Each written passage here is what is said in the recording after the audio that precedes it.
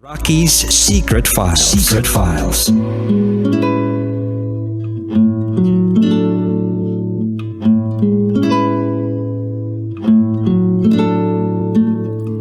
And we're back. Kasama niyo pa rin si DJ Raqi and this is Micah's Secret File. Si Micah na nagkaroon ng asawa, bumalik ang first love, naghiwalay ng kanyang minamahal na asawa, and then masaya-masaya na ngayon dahil sa tunay na pagmamahal.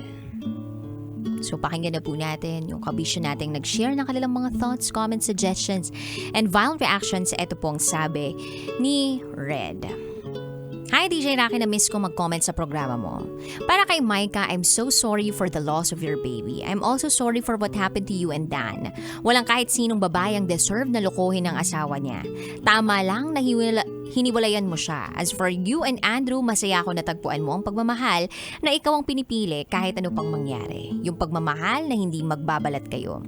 Yung nagmamahal o yung pagmamahal na walang halong bullshocks. Sana dumating ang panahong wala nang legal na sagabal sa inyong relasyon. Also happy to know na you already have a baby with him. God bless you both. Thanks DJ Raqi from Red. Thank you, Red. Eto naman po ang sabi ni Mayumi. Good afternoon, DJ Raqi. Dalawa yung nakikita kong lesson dito sa kwento ni Micah. Una, yung you never know how strong you are until being strong is the only choice you have. Ulitin ko po.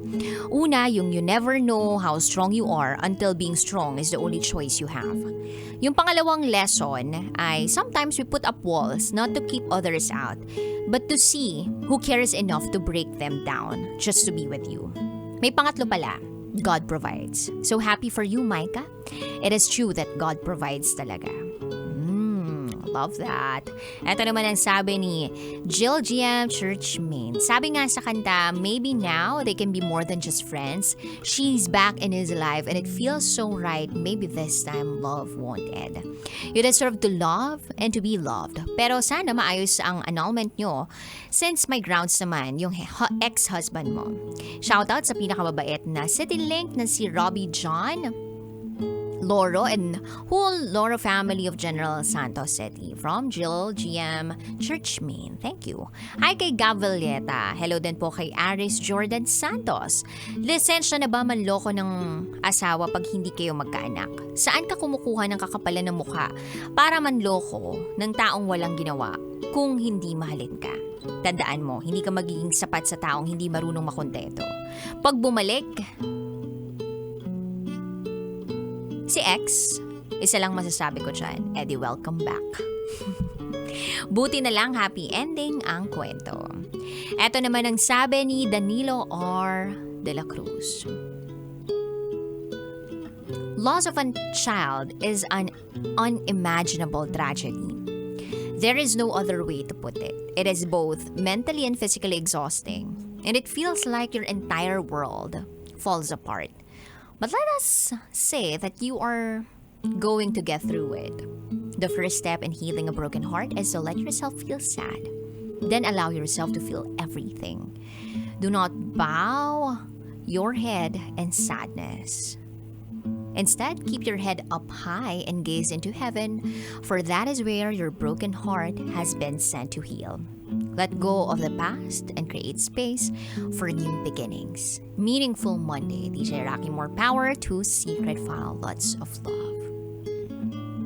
Ito naman po sabi ni Darwin Russell. Micah, congrats sa pakikipagbalikan mo with Andrew. But the problem is, kasal kayo ni Dan sa papel.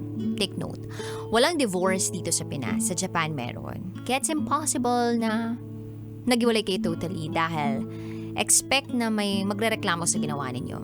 Kaya mag-file ng annulment bago ka muna magmahal uli ng tuluyan kay Andrew. Yan po ang sabi ni Darwin Russell. Ito pa sabi ni Keisuke Sato, yun, the greatest comeback of all time. Huwag naman sana masamain, pero siguro kaya nangyari yung miscarriage because God knows na hindi para sa'yo si Dan. Everything happens for a reason, right? Malay mo, nag-cheat talaga siya. Tas yun yung way para pag hiwalayin kayo. Malay lang, ha. Look, ngayon, blessed na kayo, may anak na. Patuloy niyo po yan, humayo kayo at magpakarami. Yan ang sabi ni Keisuke Sato. What if lang naman? Ito naman sabi ni Bernard Laurejas. Ikaw, DJ Raqi, ready ka na ba mag-asawa? Ba't ako tinatanong ninyo? Hindi ako kasama sa usapan na to. Well, may mga dapat ayusin bago talaga maging legal ang lahat. But I think, nakakayanin ng lahat basta tamang tao ang iyong kasama. Watching from Darwin Lawrence Motorcycle Parts, Jose Abad Santos, Dauma, Balacat, Pampanga. Thank you and God bless today, DJ Raqi. Hi kay Gerardo Hernandez. Charles Sacco says, ay naman pala meron man palang comeback. Nakakalungkot lang na may miscarriage na naganap. At nakakaasar lang na humanap pa ng iba si Dan. Hindi ako better, pero sana maging happy ang inyong pagsasama ni Andrew. Yun lamang po from Charles Sanko. Adan kay Igop Moto Vlog at ang sabi niya dito, nice naman ang sender. May pa-part 2 pa. Well, nalagpasan niya lahat ng nangyari sa kanyang buhay at alam natin na masaya na siya sa buhay ng kanyang first love. First love never dies siguro talaga. Shoutout po sa Fire Volunteers, Old Balarab Base, CNVR The Boss, Grab Cars, and pinakamalupit sa kakalsadahan, Solid Independent Riders Group Capitolio Chapter na naka-grab on na. Salamat po. Hi kay Nico Moore Hakon, Yamayugad, hello. Robert Tirao says, nalungkot ako dahil nawala ang baby mo at niloko ka pa. Deserve kang mahalin at happy naman ako sa naging ending ng iyong secret file sender. Ang dami pa pong nag-comment sa ating secret file for this afternoon. Ako, sobrang nabibilib ako sa iyo, Micah, sa lahat ng mga pinagdaanan mo at kung paano mo nalagpasan lahat ng yun. And gusto kong i-emphasize yung mga tanong mo nung time na nalaman mo na niloloko ka ni Dan and he got his other woman pregnant. Yung sabi mo, paano ko makakalimutan si Dan? Yung kahit gaano kasakit yung ginawa niya sa akin, mahal na mahal ko pa rin siya. Yung ang sakit-sakit isipin na sa bahay na inayos at pinundar naming dalawa, iba na ang kasama niya. Kung hindi ba namatay ang anak namin, hindi siya maghahanap ng iba. Kung nabigyan ko ba siya ng isa pang anak, hindi ba siya magmamahal ng iba. Kung ginawa ko ba lahat-lahat, hindi niya ba pipiliin yung isa. Hindi ko maisulat ang eksaktong salita para ma-describe kung gaano kasakit ang naramdaman ko noon. Hindi ko rin alam kung paano makakaalis sa sakit na nararamdaman ko. Imagine, those were Micah's words when that happened to her life. That tragedy happened to her life. Imagine dealing with a loss or a death of a loved one, plus the betrayal of the person who you love the most. Double kill yun. Hindi ko alam kung paano nga talaga siya nag-bounce back But with the support system that she has, or that she had, and up until now she has, she made it. And super amazing nun. Pero nakakalungkot dun sa part na, di ba nangako kayo na magsasama kayo for better and for worse, till death do us part. Tapos biglang shit happen. Tapos biglang pumili ka na ng iba.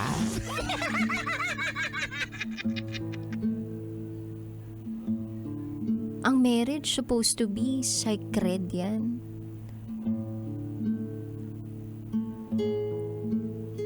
It's greater than a promise that you will commit to each other. But then what happened? Napag-usapan nyo ba yun, yung tungkol sa baby?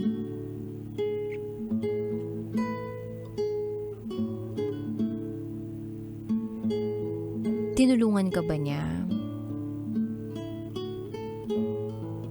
Sakat nung part na yun eh.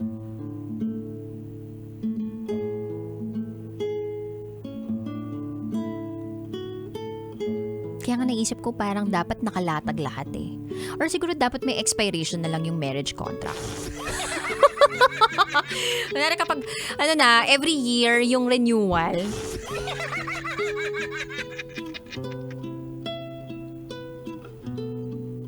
Pero hindi eh. Hindi kasi ganun yun eh. Sana ka-values mo yung mga katuluyan mo. Or sana kung ano man yung mga pinaniniwalaan mo, na firm ka dun, ganun din yung mapapangasawa mo. Na kung sakaling mapag-usapan nyo tungkol sa baby, na kung sakaling hindi ba ako magkakaanak, hindi ka able na magkaanak, okay pa rin ba tayo, hindi ka ba bibitaw, ganyan.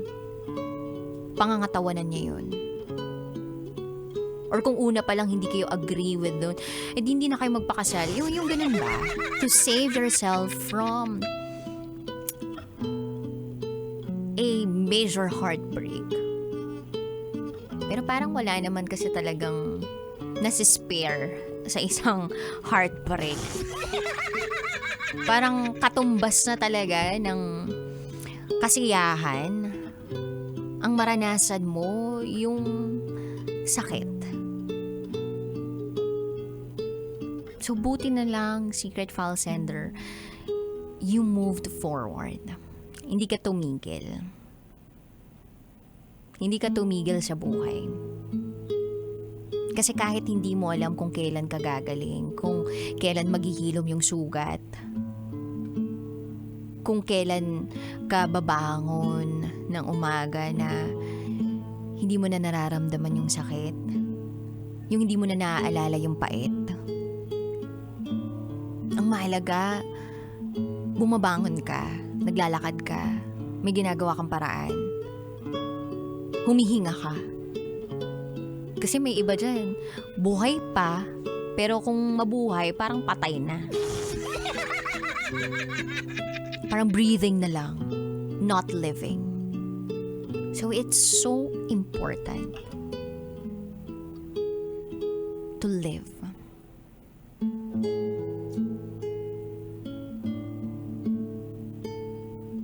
Live in the present.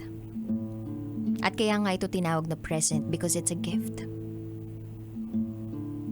Regalo ng Poong May Kapal. Para sa'yo, para sa atin. Para makapagsimula ng panibagong buhay. Kung kailangang igapang yung bawat araw, then gapang.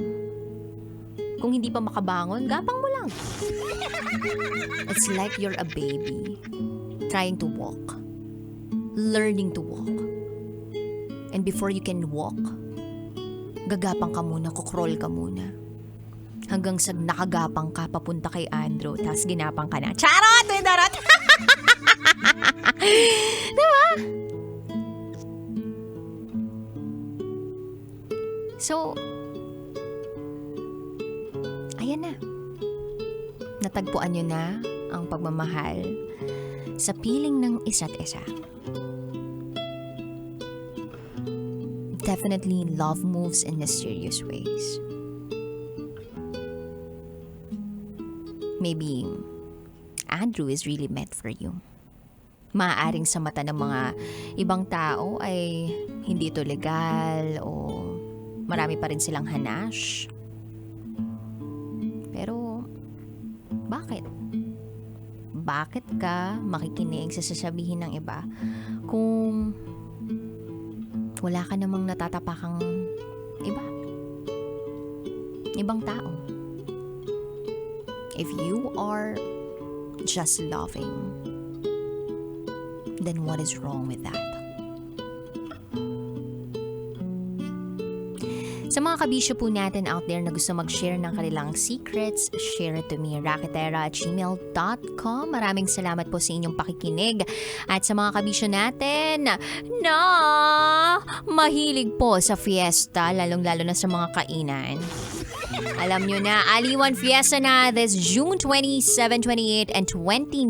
It's the grandest fiesta dito po sa Pilipinas. Magaganap na. Visit our social media sites to be updated. Check out aliwanfiesta.com. So yeah, I'm gonna say GTG as in gotta go. Susunod na po ang EDSA Rapan kasama si Diego. Nakapiling ang inyong Basa Princess, DJ Raqi Terati kayo nakatutok. Dito lang yan sa stasyong number 1, 90.7 Law Radio. Kailangan pa bang i-memorize yan? Basic. This is